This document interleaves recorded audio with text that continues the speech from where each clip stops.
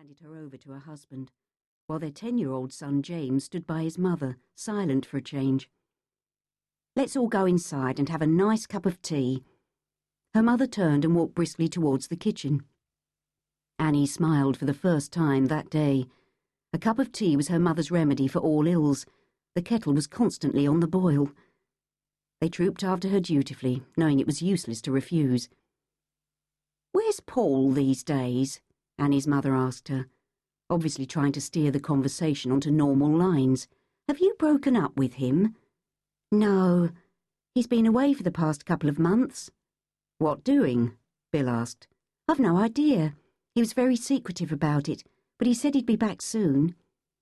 "Why don't you marry the poor bloke?" Charlie, her brother, asked. "I don't want to. I know I'm 28, but I'm waiting for the right man."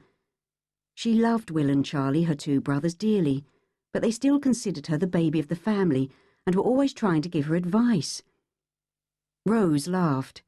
"You're a fine one to talk about marriage, Charlie. You're 29 and Will's 32, and neither of you is showing any signs of settling down yet. You like your freedom too much." She looked pointedly at her two brothers and rolled her eyes, making everyone laugh. It was a good sound on such a gloomy day. Annie slipped her arm through her brother-in-law's and grinned. "I'm still looking for someone like Bill." "Ah, then you're out of luck. He's the only one in existence," Rose said. Annie watched the way her sister's dark eyes lingered on her husband. Rose and Bill had a blissful marriage, and Annie wanted one like it and wouldn't settle for anything less. At that moment, there was a brief knock on the kitchen door and Paul strode in. The shock of seeing him hit Annie with such force that she leapt to her feet with uncharacteristic clumsiness and nearly sent her cup flying.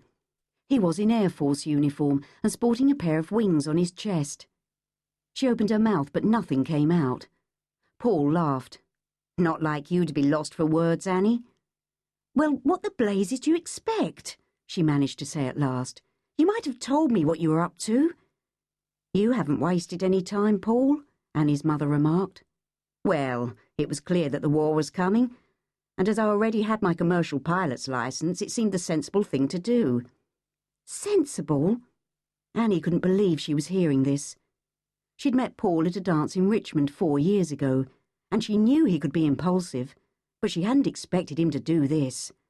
Why couldn't she wait until war had actually been declared before joining up? "The country's going to need pilots, and I want to be in at the beginning." Paul ran his fingers gently down her face. "I can't sit on the sidelines. You must see that." "I do," she admitted, as the shock began to recede. This was typical of Paul, and she should have expected it. He'd been totally absorbed in his flying lessons over the last year, but she'd put that down to the fact that his older brother Reed was already a pilot. She'd never met him, but from the snippets of information she'd been given, he appeared to be a steadying influence on Paul. She thought, too, about Paul's parents. They were a lovely couple, and she knew it would upset them terribly to have him going to war. However, it was done now. She tipped her head on one side and studied the cut of his uniform. "You look very dashing." He gave a self-conscious grin and shuffled uncomfortably at her compliment. Then he turned his attention to Bill, who was still holding his daughter in his arms. "You were in the Navy last time, weren't you?